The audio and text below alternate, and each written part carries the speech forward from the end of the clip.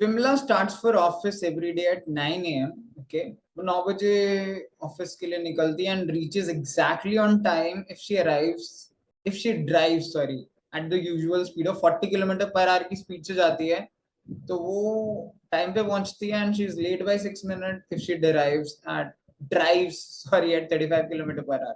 ये बहुत easy question है यार. One day she covers 2/3 of the distance in 1/3 of the usual time to reach office. फिर 8 minute के लिए वो रुक जाती है. The speed in kilometer at which she should drive the remaining distance. It's again an easy question from TSD. TSD is a very famous favorite topic of CAT, time speed distance. बहुत ही simple question है TSD का. ठीक है, आप traditionally भी कर सकते हो, आप अनकन्वेंशनली भी कर सकते हो. अगर मैं इक्वेशन बना के करूं तो it's going to be like this. मान लीजिए यहाँ से वो अपने घर से ऑफिस जाती है. Let's assume the distance is x. हालांकि मैं x वेक्स में ज्यादा डील नहीं करता, बट स्टिल एक्सप्लेन कर रहा हूँ, कुछ लोगों को पसंद होता है. तो पहली बार वो 40 की स्पीड से जा रही है, दूसरी बार 35 की स्पीड से जा रही है, 35 की, और दोनों में जो डिफरेंस है वो 6 मिनट्स का है. ऐसा क्यों?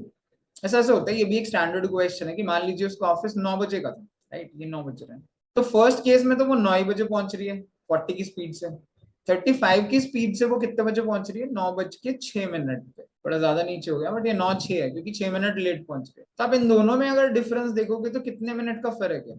6 मिनट्स का ही तो फर्क है. ठीक है, अगर मैं बोलूं कि एक टाइम T1 है माइनस दूसरा टाइम T2 है, तो दोनों का डिफरेंस 6 मिनट आएगा. इक्वेशन बनाओ तो टाइम क्या होता है? Time is distance upon speed. Distance अगर x है तो अपॉन स्पीड अगर 35 है तो ऑब्वियसली x अपॉन 35 टाइम लगेगा, माइनस x अपॉन 40. क्योंकि ऑब्वियसली पहले वाले में टाइम ज्यादा लगेगा तो बड़े टाइम में से छोटा माइनस करोगे. This is equal to 6 minutes. 6 minutes को आर में कन्वर्ट करने के लिए 60 से डिवाइड करना पड़ेगा, क्योंकि 35 और 40 जो है किलोमीटर पर आवर में, तो x भी हमारा किलोमीटर पर आवर. इससे आप डायरेक्टली x निकाल सकते हो. आप सॉल्व भी कर सकते हो अगर आपको करना है तो. ठीक है, 5x upon 35 into 40 is equal to 6 upon 60. Direct काट लेते हैं. 6 से 10 पे कट जाएगा, ये 0 से ये 0 कट गया, 5 से कट गया 7 पे. ठीक है, 7 5 से 35 होता है, 7 4 से 28. तो जो x आया वो 28 किलोमीटर है.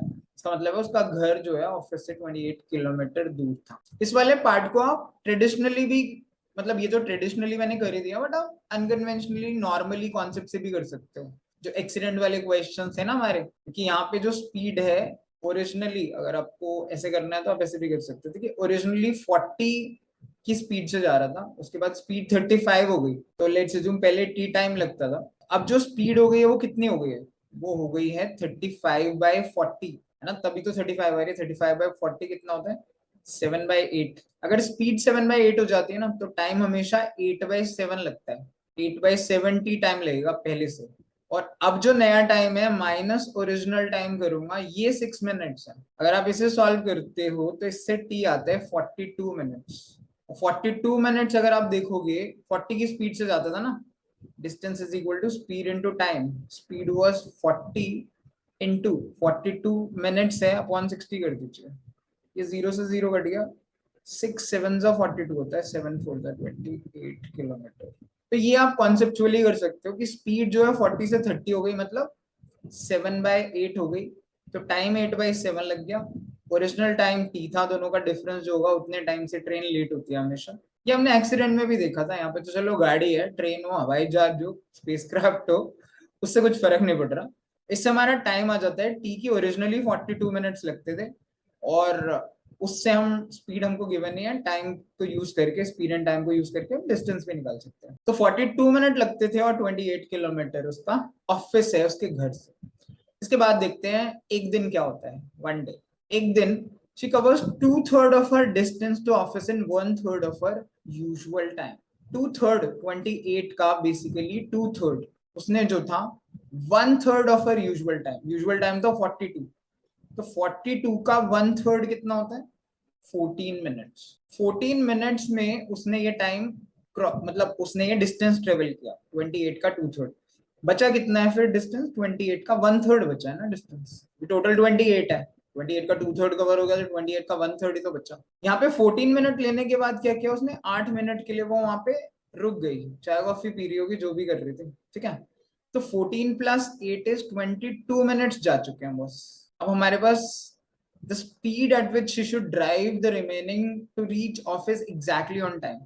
एग्जैक्टली ऑन टाइम के लिए उसको ये पूरा डिस्टेंस जो है 42 मिनट में कवर करना था, है ना, तभी तो एग्जैक्टली ऑन टाइम जाएगी। तो जब 22 मिनट वो खत्म कर चुकी है, खराब कर चुकी है, खत्म हो चुके हैं, और 1/3 डिस्टेंस बचा हुआ है और टाइम बचा है 20 मोर मिनट्स, बिकॉज 22 मिनट चले गए हैं, 20 और बचे हैं ना, क्योंकि 42 में करना है और ये डिस्टेंस ट्रेवल करना है। तो the speed is equal to distance upon time. Distance given है 28 का 1/3 अपॉन टाइम गिवन है 20 मिनट्स।